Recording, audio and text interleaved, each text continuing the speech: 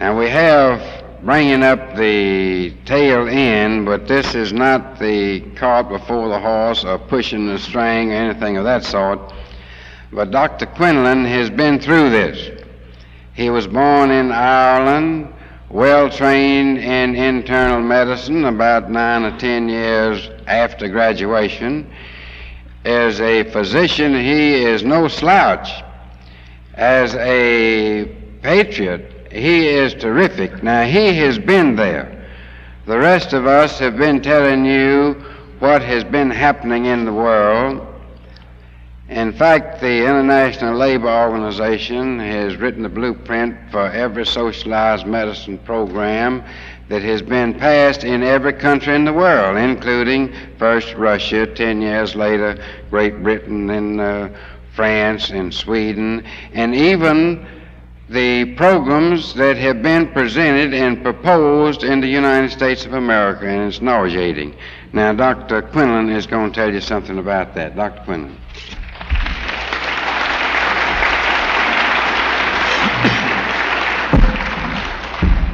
Thank you, Dr. Doherty. Ladies and gentlemen, I've spoken, I suppose, several times on this subject of the British National Health Service. I have one qualification, and that is that I was in it one time. However, somehow or other, everywhere I go, I seem to follow somebody like Bob England. And it's always an anticlimax when I try to do that. So I won't try and outdo Bob.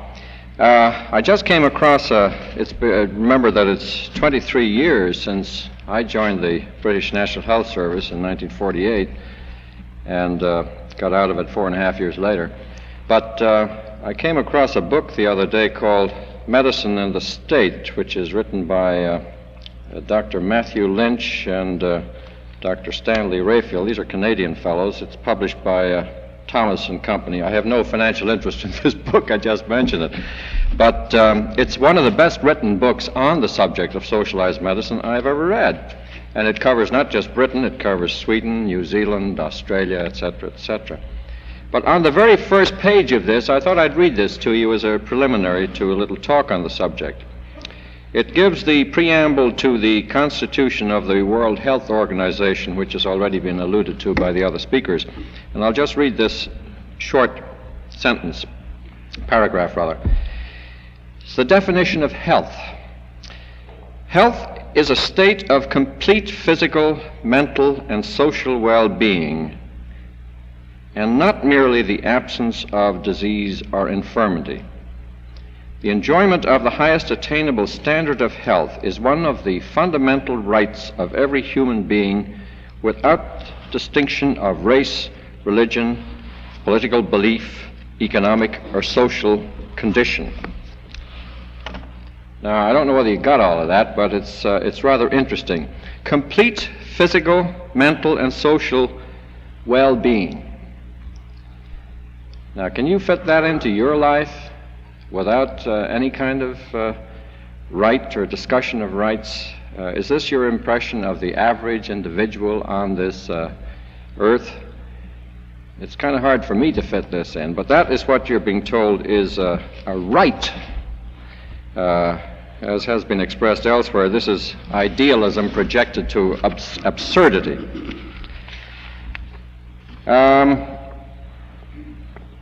Medicine, as you know, is the political football of the day. It's a vote-catching business, and certainly the experience in Britain, I have the impression that this is a dream that I'm seeing happening again. It hasn't reached fruition here yet, but it's on the way. And the exact same patterns are coming forth here, as I witnessed in Britain at the end of World War II. You may recall, and I'll just bore you a little bit on the history of this thing. During the war, you had a combination of the political parties in office in Britain. And this coalition of what would be normally rivals in peacetime of the Labour Party and the Conservative Party stuck together because of the war. Well, at the end of the war, you'll recall Churchill was thrown out on his ear, and the socialist government came into power. And they proceeded then to put forth into operation some of the great schemes that they had been planning for years. The beverage plan in Britain, which laid down the rules for a comprehensive national health scheme and brought out, of course, the whole business that this was essential, that health was too important to be left to the care of physicians. They didn't add that they were going to give it to politicians. Also, the fact that this should be free. You've got to put that in quotation marks. The planners got into effect. Now, the planners in government have been mistaken in many other things, and the mere possession of a plan doesn't mean that that person has the answer to the problem. You know this as well as I do. For example, at the time of the conclusion of the war in Europe, tuberculosis was a very common disease and required sanatorial treatment. We had just come to the point where we were at bed rest, fresh air, and good food as our treatment of tuberculosis. Various forms of collapse therapy were also in vogue. And of course, as time goes on, we're now 25 years later, there have been quite a large number of medical improvements, none of which had anything to do with nationalized medicine. Now, at that time, there was a definite shortage of beds in the tuberculosis sanatoria in Britain. And consequently, when the planners got into action, this was one of their big priorities.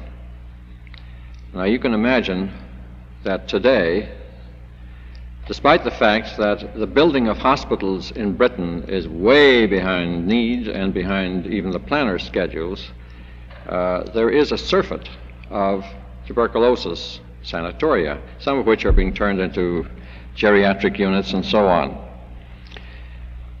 The problem, of course, is who'll plan the planners? They don't have the answer. Their predictions are usually wrong. The improvements in health care have nothing at all got to do with politics. They have to do with the progress of knowledge, medicine, research, everything else. Sometimes when government puts money into research, it takes the credit for it.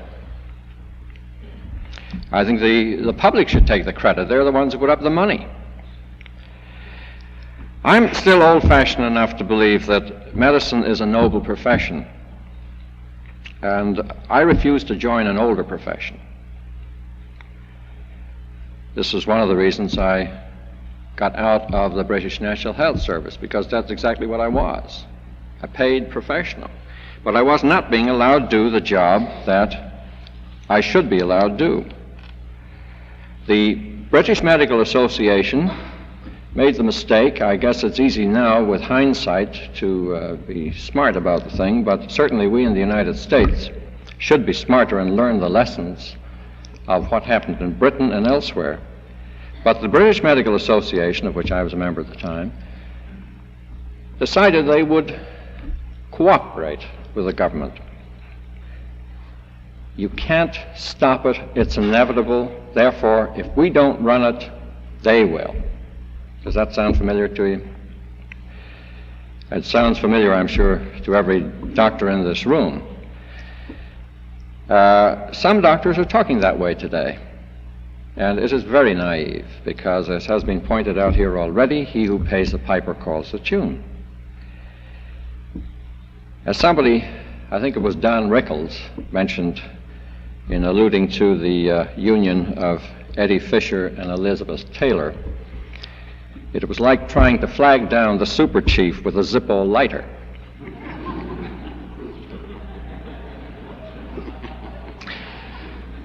I wasn't fortunate enough to be born in the United States. I am a United States citizen, and I can assure you, having practiced in Ireland and England and Switzerland and seen several other places, that What you have been told about the standard of the practice of medicine in the United States is completely true. There is no place on this earth where the overall care available to the public is as good as here.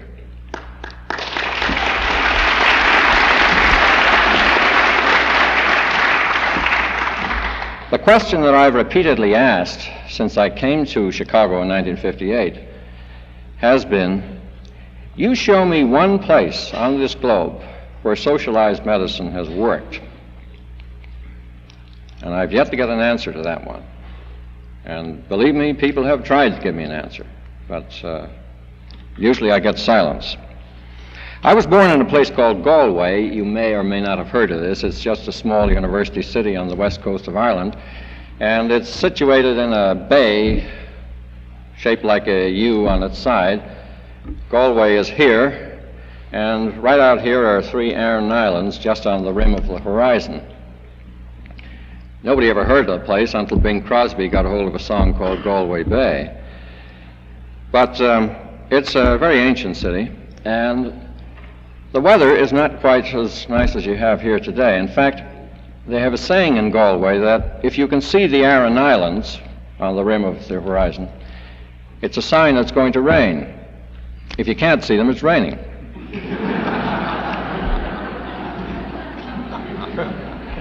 Well, in 1947, I was graduated from University College Galway Medical School and did my usual internship and so on, and planned to come to the United States at that point. I didn't know anything about the National Health Service because it wasn't yet there. However, I was made an offer to go into partnership in Belfast, in Northern Ireland, with 2 other general practitioners. And it was a very fine offer, I thought, and I joined it. And certainly these were 2 fine gentlemen. They were both 20 years older than I was, and they had this well-established practice. And I joined them in December of 1948. Now, you'll recall, as the other speakers have mentioned to you, the British National Health Service came into operation on July the 5th of 1948, having been passed in 1946. So I was just in time for this. I came in almost at the beginning of it. And this was quite a shock to me. The practice of medicine wasn't quite what I had anticipated it would be under these circumstances, and was very different to what I had experienced prior to that. We had a panel of 10,000 patients between us. I have to explain what I mean by a panel. Under the British National Health Service, you don't just walk into any old doctor of your choice. Good grief, no. You have to have a National Health Service card, and then you bring this to a doctor of your choice, and provided he is under the health scheme, which vast majority of them are, of course, and he then will sign your card indicating his acceptance of you as a patient. Now, I must say that there are pressures on him to accept you, because if he doesn't accept you, he doesn't get paid. He's paid on a capitation fee. In other words, whether he works 24 hours a day or 2 hours a day, he gets the same pay, because he is paid depending upon the number of patients who are on his list. He, in turn, then sends this card to the National Health Services Board, and in due course, he has sent back a file for this patient with his name and his number. Mine was B520, stamped on it. And you are now, for better or for worse, married to this patient. The only way you as a patient can go to another doctor is in what they call a state of emergency, which means many things to many people.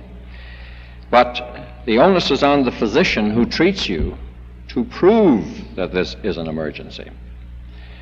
And that sometimes may be difficult to do, particularly if it's in the middle of the night and the patient has had a slight cough for 3 weeks. One of the things I had to learn in Belfast, by the way, was the language. Now, that may seem surprising to you, being an Irishman and going from one part of Ireland to another part, but they have a language all their own up there. There were such medical terms I had to learn as, I have a Herschel on my chest, doctor. I used to say, what? I have a Herschel on my chest. Well, I found out within 3 days that a Herschel meant anything from a slight wheeze to a death rattle. Another patient told me the first day I was there, I've got a stagnation in my legs. So in my best professional manner, I said, what do you mean by a stagnation in your legs? And I was damn sorry I did, because immediately I got the answer, Jace, you're a doctor, you should know. What they mean by that, apparently, is pins and needles, numbness and tingling. They attribute it to stagnation of blood, I gather. But Belfast was quite an interesting place to be. You may have read about it in recent times. They have a funny mixture of religion and politics up there, which was completely new to me. It's a bad mixture, by the way. I was quite a rare bird there, being a mixture myself. My father was Catholic, my mother was Presbyterian. And I, as a Catholic going up there, had a lot of my mother's relatives there who were Presbyterian. So I had a foot in each camp, which you just don't do in Belfast. Which foot do you kick with is the expression they have up there. Anyway, that's another story. But somebody said it's like Mao Zedong eloping with Martha Mitchell, but we'll go on with that.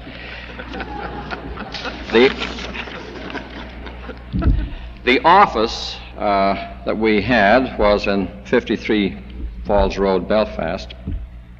And the Falls Road, I notice, has been in the news again recently. It's called a surgery, by the way, for some reason I can never understand in Britain.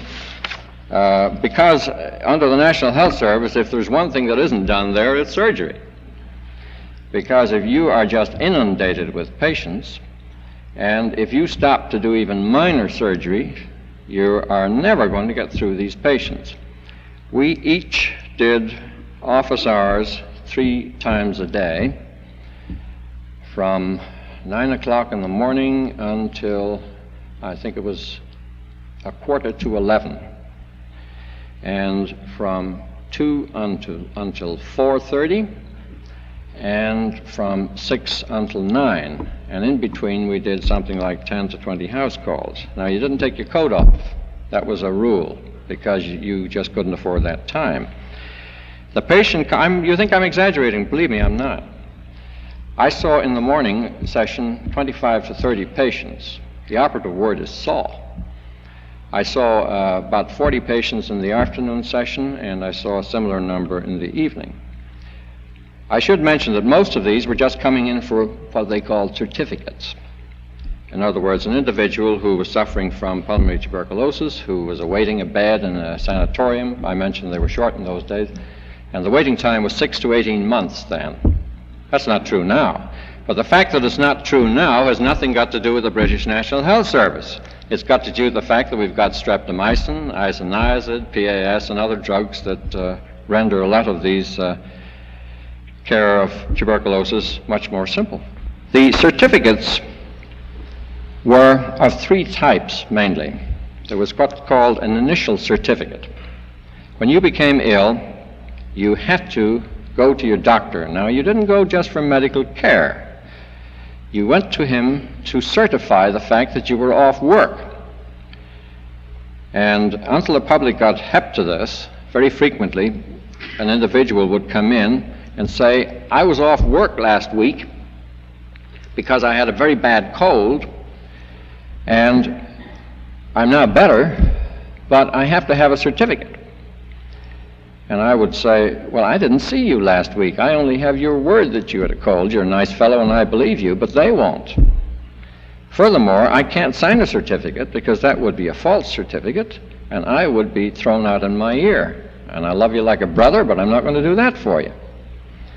Well, I finally found that that got me nowhere, because you argue with the patient, he goes and takes his card to somebody else. So you lose money on the deal, and all his relatives, his cousins, his friends, everybody else, they all leave you. So, as a way of compromise, good old British compromise, I found a way of getting around this. I would issue a certificate to the patient which says, this is to certify that Mr. John Smith of such and such an address has been seen by me today, and that he informs me that he was unable to attend work from such a date to such and such a date because of a severe cold. And I signed it. The patient was very happy, and apparently so were the authorities, because I don't think they ever read it. Then you had an intermediate certificate. The intermediate certificate certified that this patient was still unfit for work. Now, these had to be at weekly intervals, and you had to have this patient come to your office once a week just for that certificate. Now, you can imagine an individual who didn't need to be seen as often as that. He still had to come to you. And then he had a final certificate, which was given to him certifying when he could go back to work. And that got him out of your hair for a while. But it was a battle. You treated the patient almost like an enemy. Here's this damn fellow coming in for his certificate. And here's this damn doctor who won't give it to me. And I'm paying my National Health Service weekly contributions, and I'm entitled to it. We were paid at that time, this is 1948, I believe it was 18 shillings and sixpence per patient per annum. That's about, I think, $2.50 or somewhere in that neighborhood. Don't quote me. Well, when you have 10,000 of those, it's not bad. Now, you don't see 10,000 patients a year. Oh, no, you see the same old friendly faces. But you have no limitation to the entry into the service, as has been mentioned here already. Some patients will go along because maybe it's boring at home, I don't know, but they come in. An awful lot of the very sick people don't go, and this bothered you quite considerably. I know you're very busy, doctor, I hate to trouble you. These are nice people. You say, damn it, that's what I'm here for. Why did you let this pneumonia get to this stage? Well, I didn't want to bother you. On the opposite end of the scale, you had a patient who called you at 4 o'clock in the morning and said they had something for 3 weeks. Why on earth didn't you call me before now? Well, I didn't want to bother you. Well, if a patient wanted to change doctors, this was deliberately made difficult by the administration for obvious administrative reasons. It was a little messy on the payment. The administration might find itself paying 2 doctors for 1 patient, because they're always a little bit slow in catching up, and this was before they had computers even, which would make it even slower. So, one way you could change to another doctor was you could have your present doctor sign his consent to the change.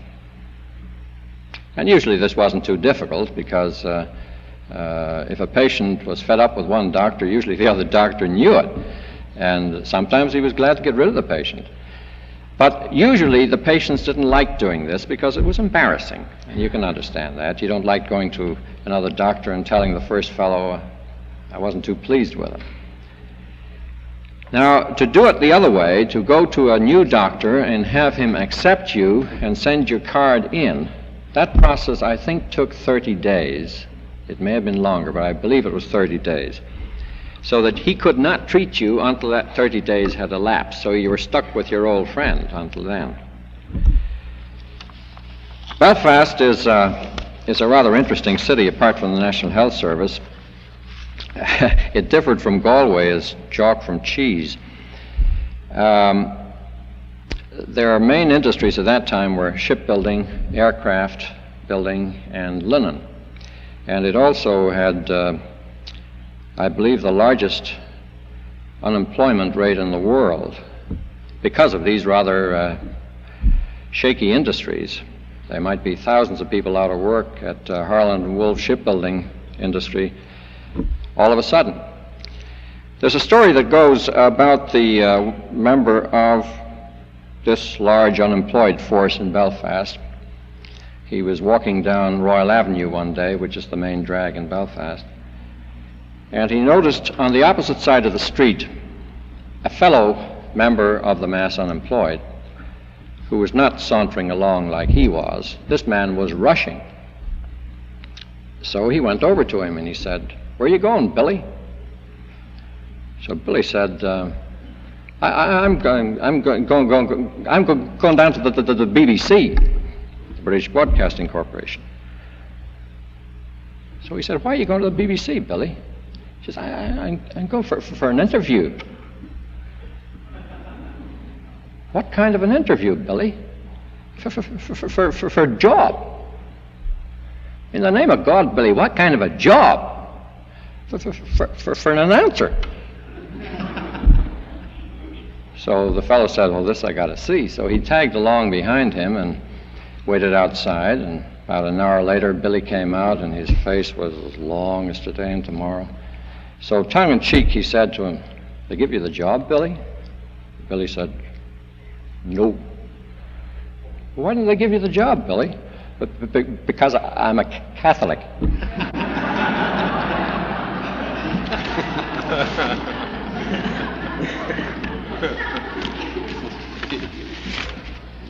The problem in Belfast today, though, unfortunately, is that there are a lot of opportunists getting in, as there always are, on these horrible mixtures of religion and politics. You may have heard of one rather well-known member of that group called Bernadette Devlin.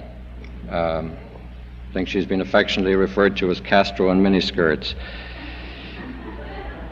Bernadette is quite a forceful speaker. She is a self-admitted socialist. She's a follower of James Connolly, who was one of the original members of the Irish Socialist Party, which is a very insignificant party.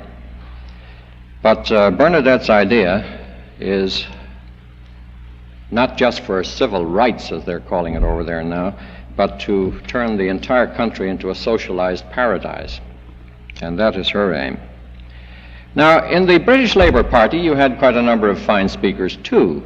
They weren't all like Clem Attlee. You'll recall that Winston Churchill once I think he referred to Attlee as a humble little man who had much to be humble about. And he also said that he was a sheep in sheep's clothing. But they had a gentleman called Aneurin Bevan, who was their first Minister for Health. And Aneurin was a very fine orator. He was a Welshman, brought up in the coal mines, and he saw how these people there really were working underground for very poor pay, about 50% of them getting coal miners' pneumoconiosis and so on. And these were the people to whom he addressed himself when he wanted to bring in socialism. And it's not so difficult to convince somebody who has nothing that you're going to give them something for nothing. They're ready, they can't be any worse off, so they're going to take it. Now, the other little trick he had with regard to the British National Health Service, and this was in 1946, 45, 46, I guess, before the thing actually came in.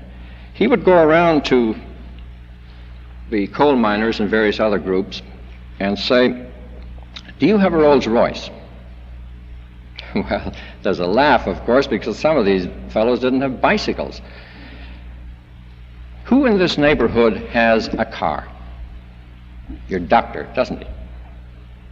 "Now, why should he have a car when you don't have a car?" Now, just think, how does he get that car? He gets it from your pain and your affliction and your infirmity and your disease. He's a parasite on society, isn't he? Oh boy, now the invert snobbery comes out. They're going to tear this poor son of a gun down. The fact that he's been working maybe 20 hours out of the 24 doesn't seem to matter, and the fact that he's treating an awful lot of them for nothing doesn't seem to matter. He's got a car, and that's what matters.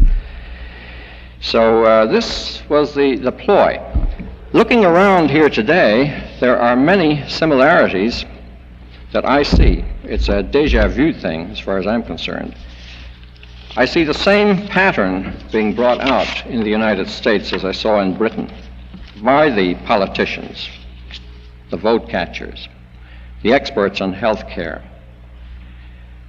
Free health care, that term is used. I won't go into that. You know it's not free. Physicians' fees are too high.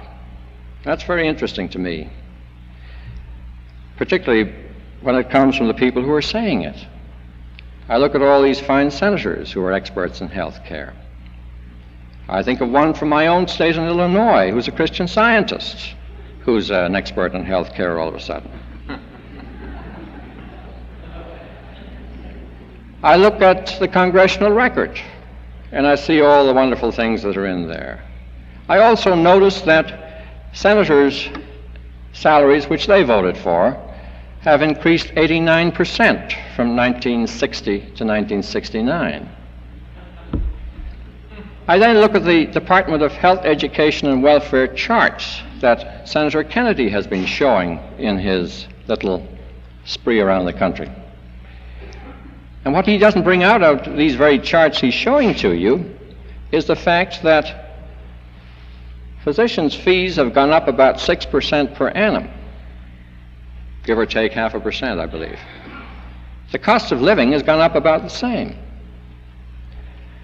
Now, what does this mean? It means that physicians are affected by inflation just like everybody else. I have to pay my office nurse more now than I did last year.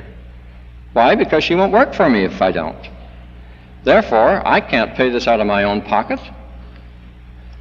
because I've got to pay more for bread this year than I did last year. And so it goes up. Even stamps have gone up to 8 cents now. But when you look at the cost of hospital care, it's gone up 15% per annum since the great scheme of Medicare came in. And it's going to go up more. In our hospital, which is a 500-bed teaching hospital in Chicago, St. Joseph's, our room rate per day now is, I think it went up just a couple of weeks ago to $90-something per day. That's basic. Now, when I joined the staff, first of all, in 1959, that was $28 per day. Now, this isn't all due to the fact that it's been bad administration. It's in part due to the fact that inflation has been here, and people now won't do the same job for the money they did a few years ago. They have to be paid more. They won't work as long. These are facts of life. They have nothing at all to do with medicine. But there is some problem with administration, too, and this is where the planners get in. I fail for 1 minute to understand why it is that a patient has to have on his hospital bill the price of such things as social awareness sessions for the nurses. Do you know what that means? That's been carried out in quite a lot of hospitals, including our own, until we found out about it and asked some embarrassing questions. A social awareness session for the hospital's staffs is one of these Army volunteer type of things. I want 12 volunteers, you, and you, and you, and you. They may or may not go to it, but a very poor view is taken if they don't. And they are subjected to a sort of a brainwashing session by a psychologist who greets them with the opening remarks, "You are a racist," and then proceeds to show them how badly a racist they are. And for the next 3 hours, they accuse each other in a sort of a sensitivity training session. Now, your patient is paying for this. Well, that's going to get worse. The other thing that is of similar significance, I think, is what has already been alluded to earlier, and this is the confidentiality problem. This is true in the United States today as it was in Britain.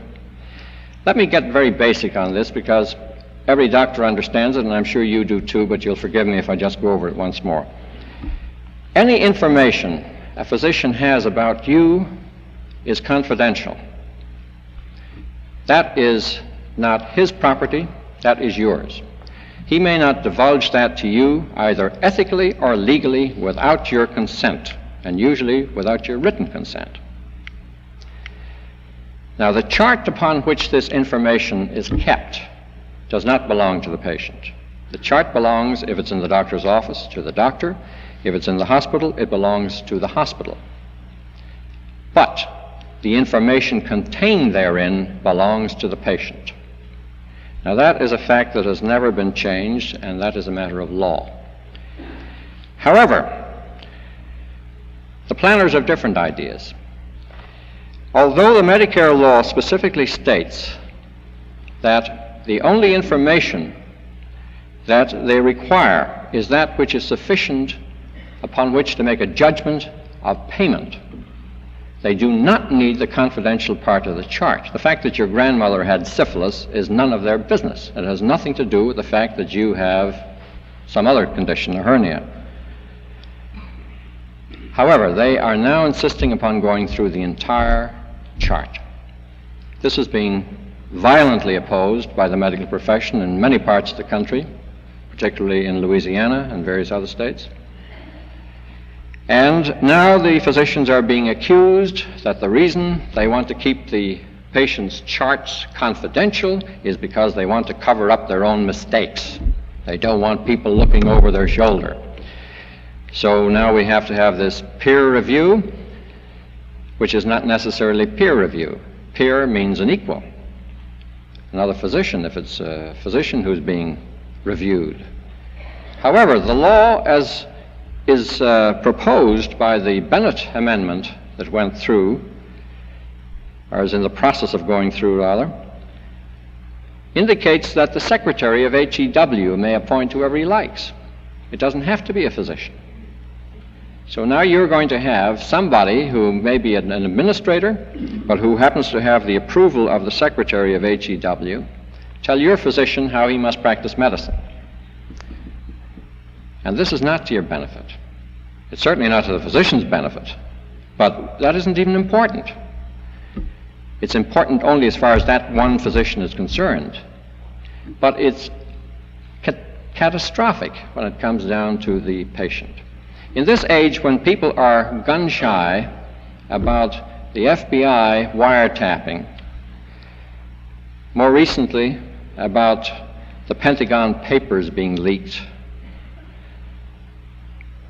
how on earth can you possibly trust a computer in Washington, in that great big thing that goes around out of control up there, to keep confidential secrets about patients?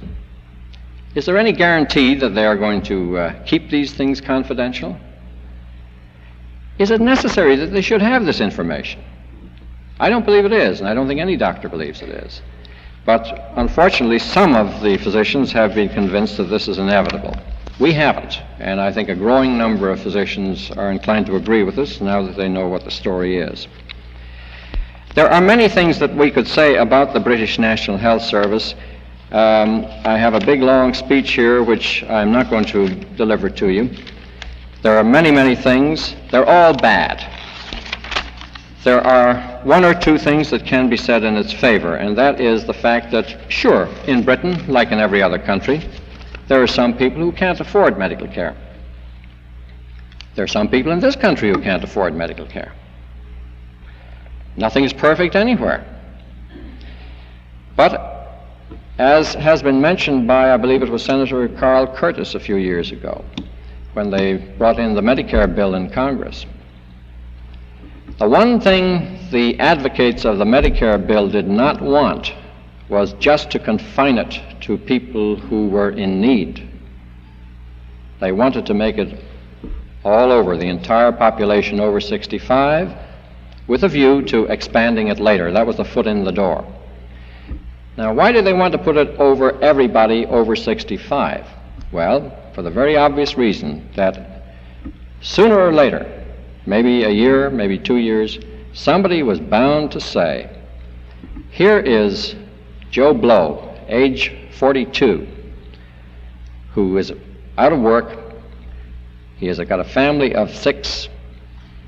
He's down on his uppers. He now has contracted a serious disease. He can't afford hospital. He has no hospital insurance. This man needs help. And you won't give it to him, but you're giving it to Mr. Jones, who happens to be a millionaire on Lakeshore Drive in Chicago. And he's 66. And he gets it. He doesn't need it. Now, isn't that unfair? Well, of course it's unfair.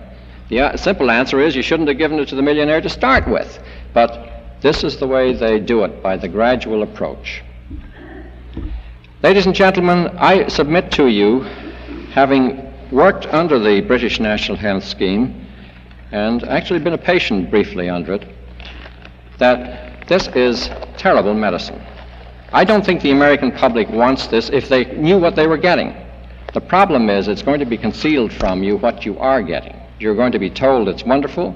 The difficulty is this, that once you get a scheme like this in, it's very difficult to reverse it. It's like getting any socialized group in, getting a communist government in. You try and reverse that. That's been done once or twice only. I would suggest to you, as voters, that you look and ask questions about these things. Look at the propaganda you're being subjected to. Don't get sick in America. I don't know how many of you saw that program. They're creating a fuss right now about their CBS program on the Pentagon. Nobody's saying anything about the CBS program, Don't Get Sick in America. That was so full of distortions, it was almost humorous. How many of you know what happened up in Canada? Bill 41. That didn't get into the newspapers. But can you imagine this? Here's a country which is not way over behind some iron curtain somewhere. This is right on our doorsteps in Quebec, where the doctors were being pressured into a socialized medicine in that province. They resisted it. They then decided that they better cooperate and run it because they will. Again, the naive approach. So they cooperated, and of course the government ran it. Then these doctors became disenchanted, some of them, and said, well, we're just not going to do it this way. And they told them, you better, because if you don't, you'll be fined up to $500 per day for every day you don't comply. So they said, some of them, all right, that's your answer, we'll skip, and we'll take our possessions and go and leave Quebec. They said, like hell you will. We'll confiscate your property. Now, you're aware, like I am, that Britain has no written constitution. Fortunately, we do in the United States. Involuntary servitude is forbidden. But there are other ways of getting around this. You don't have to have the direct approach all the time. Where you can do this legally, it is done. But I submit to you that the politicians who are pushing this type of thing will take a much more devious approach to it. I'm very happy to be here today, to see such a wonderful group of people. I'm particularly happy because I'm a citizen of the United States by adoption. And believe me, this is about the most marvelous thing that ever happened to me in my life. Please keep the country that way.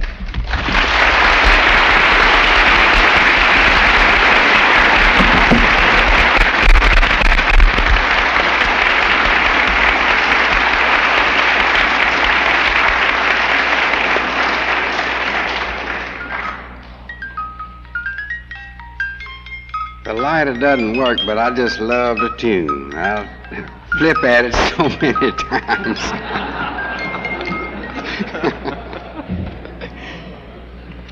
Thank you, Dr. Quinlan. I think that was terrific.